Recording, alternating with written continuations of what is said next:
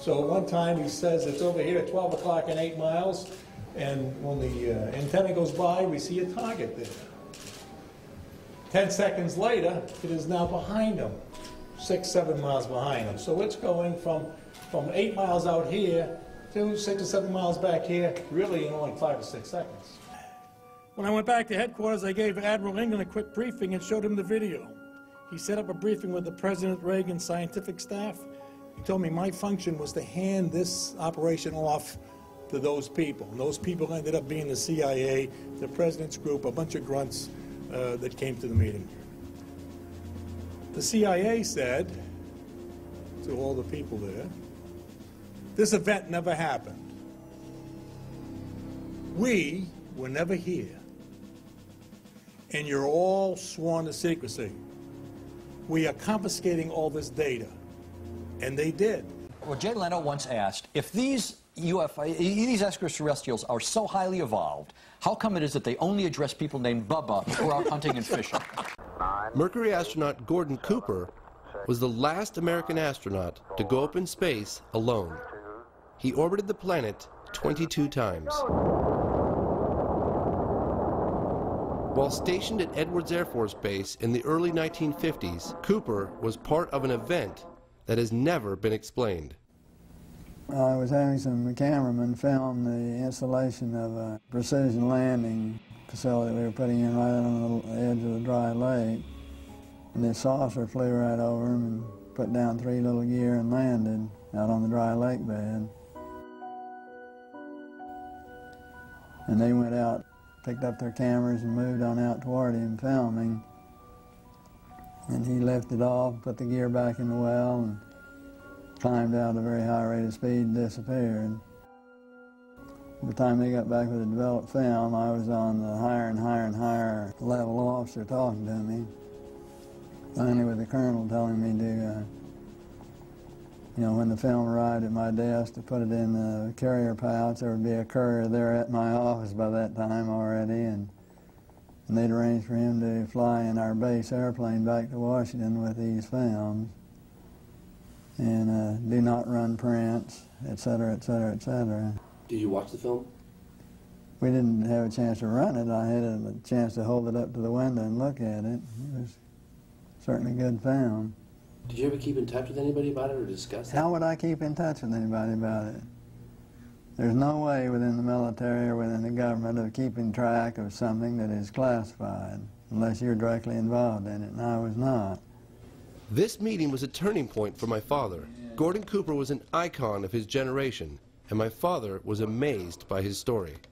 At that point in time, there was no doubt in my mind that this vehicle was made at some other place than here on Earth. That must have been extraordinary. Yeah, well, Buck Rogers and Flash Gordon coming true. After the film was sent to Washington, it was never seen or heard of again. Angela and local radio station Mandatory FM introduced me to Ricky Sorrells. We had a drink at the local bar where he agreed to meet with me the following day. All these aircraft in the area, they wouldn't normally be flying. They told me that Ricky had seen a lot more than lights in the sky. Hey, we called that door, kiddo.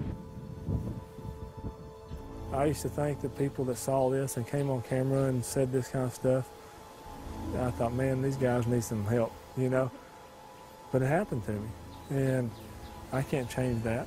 I had a hard time dealing with it, but... So you looked out all the way in that direction, you didn't see the edge? Looking up, Ricky said he could not see the edge of the craft in any direction. You couldn't see the edge of it? Couldn't see the edge of it. But I do know this, it's bigger.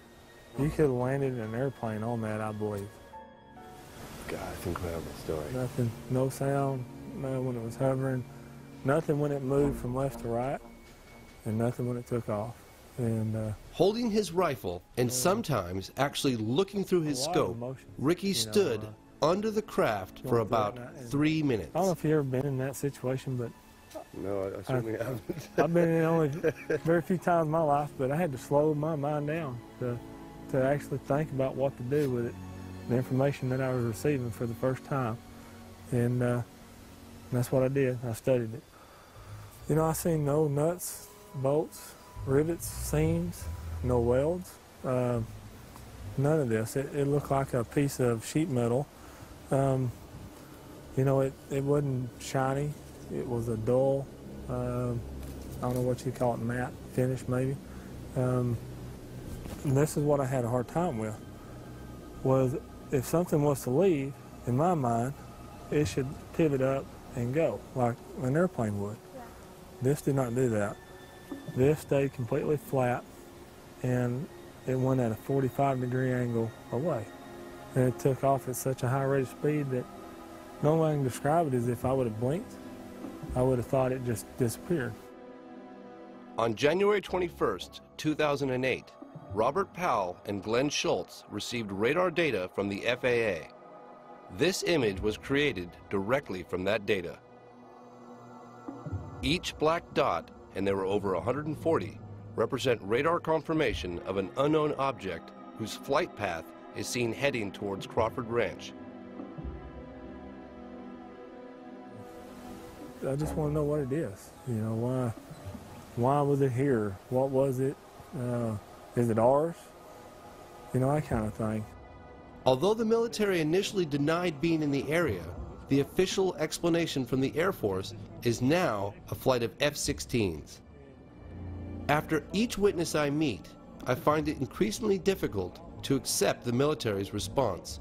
I've actually stepped back and tried to view the big picture. I would like to find out what it is. And if people believe me, okay. If they don't, that's okay too.